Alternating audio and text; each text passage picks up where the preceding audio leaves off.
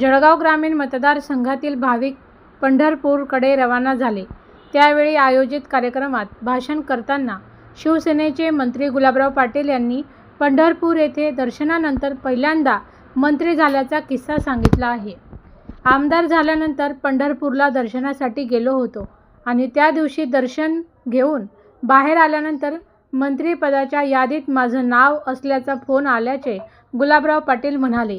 त्यावेळी परिवहन मंत्री असलेल्या दिवाकर रावते यांचा मला फोन आला आणि त्यांनी मला सांगितलं, मी गुलाबराव पाटील, चला निघा, मंत्रिमंडळाचा विस्तार होतो आहे आणि त्यात तुमचा नंबर लागतो आहे, असे त्यांनी सांगितले.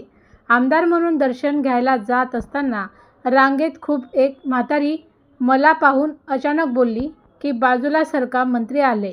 आणि दर्शन घेऊन परतल्यावर मंत्रिपदासाठीचा फोन आला, असा योगायोग असल्याचे मंत्री गुलाबराव पाटलांनी सांगितलं. 16 साली मी आमदार होतो. पंढरपूरला नेहमी मी जातो. 35 वर्ष झाला मी अखंड पंढरपूर जातो. मी पायी नाही जात, पण गाडीवर 100% जातो. बोचक धरलेली म्हातारी होती. आमदार असल्यामुळे एक पोलीस झाली, जो संरक्षण असतं ते, आणि पंढरपूरचे 4-5 तिथले मंदिराचे मंडळी माझ्याबरोबर होती. बोचक धरलेली म्हातारी म्हणत होती, चला सरका, मंत्री आले, सरका, मंत्री आले. मला हसू आलं. म्हणलं मी तर आमदार आहे, म्हातारी मला मंत्री म्हणतीये. मी ज्यावेळेस आतमध्ये गेलो, दर्शन घेऊन बाहेर आलो आणि रेस्ट हाऊसला माझा मुक्काम असतो. मला दिवाकर रावते त्यावेळेस परिवहन मंत्री होते, त्यांचा फोन आला. म्हणले, गुलाबराव निघा, मंत्रिमंडळाचा विस्तार होतोय, तुमचा नंबर लागतोय.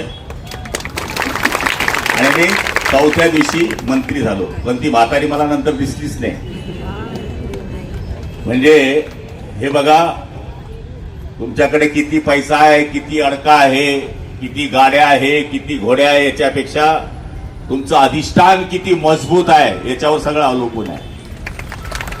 आता या वारीला जात असताना सगळी पथ्य तुम्हाला सांगितली आहे. मी तरी सांगतो की इतकी सुपर व्यवस्था कुठेच नसेल. तुमचं एक फक्त कार्ड सांभाळून ठेवा. एक कार्ड गेलं की तुम्ही गेले. तुमचे घरचे तर आम्हालाच पकडतील. तुमचा सगळ्यांचा विमा काढून ठेवला आहे आम्ही. या कार्डवर तुम्ही फोटो, हे मोबाईलवर आपण काढतो, सेल्फी काढतो, काही करतो, काही काढायची गरज नाही. आपोआप तुम्हाला फोटो मिळतील. जेवणाची व्यवस्था आहे, नाश्त्याची व्यवस्था आहे, चहाची व्यवस्था आहे, सगळी व्यवस्था आहे. फक्त विनंती एक आहे, आपला सीट नंबर पण मिळाले, काय अडचण.